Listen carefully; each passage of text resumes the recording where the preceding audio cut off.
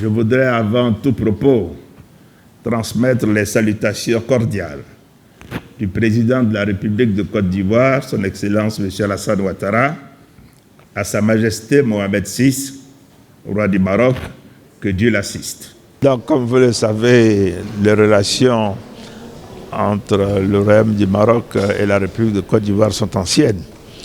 Elles sont anciennes et sont renforcées donc aujourd'hui donc, par Sa Majesté le roi Mohamed VI, que Dieu l'assiste, et le président de la République de Côte d'Ivoire, son Excellence M. Alassane Ouattara.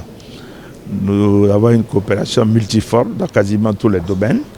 Nous avons beaucoup d'entreprises marocaines qui sont installées en Côte d'Ivoire et nous sommes en train de travailler pour que de manière réciproque sur un certain nombre de secteurs, les entreprises ivoiriennes viennent également faire connaître leur savoir-faire ici au Maroc.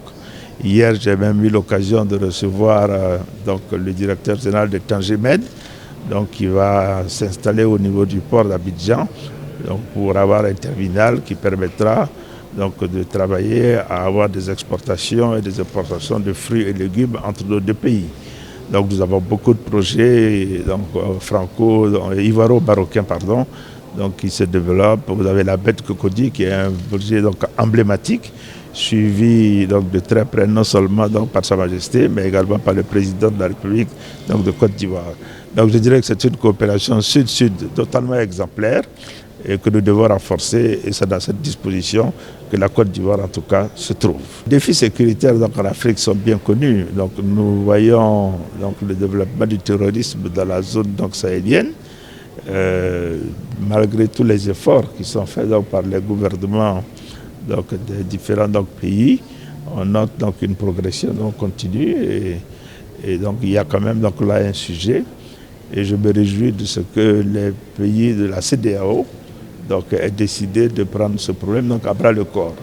Non seulement en travaillant à mobiliser des financements internes au niveau de la CEDEAO, pour environ 1 milliard de dollars, mais également à voir comment coordonner de manière beaucoup plus efficace l'action des troupes au niveau des États de la CEDEAO pour faire en sorte de venir à bout de ce fléau. Mais fondamentalement, nous pensons que la question est d'une importance majeure et que peut-être qu'il faut aller au-delà de ces initiatives en cours et qu'il y a une vraie coalition internationale de lutte contre le terrorisme au niveau du Sahel. De la même manière qu'on a une coalition internationale dans des pays comme la Syrie, nous pensons qu'il faut une initiative de cette nature en ce qui concerne le Sahel, parce que les succès en Syrie se traduisent par des déplacements dans le Sahel. Il faut voir le problème dans ces conditions de manière totalement globale, avec toute la communauté internationale. Les facteurs de production trop élevés et de la taille relativement faible des marchés.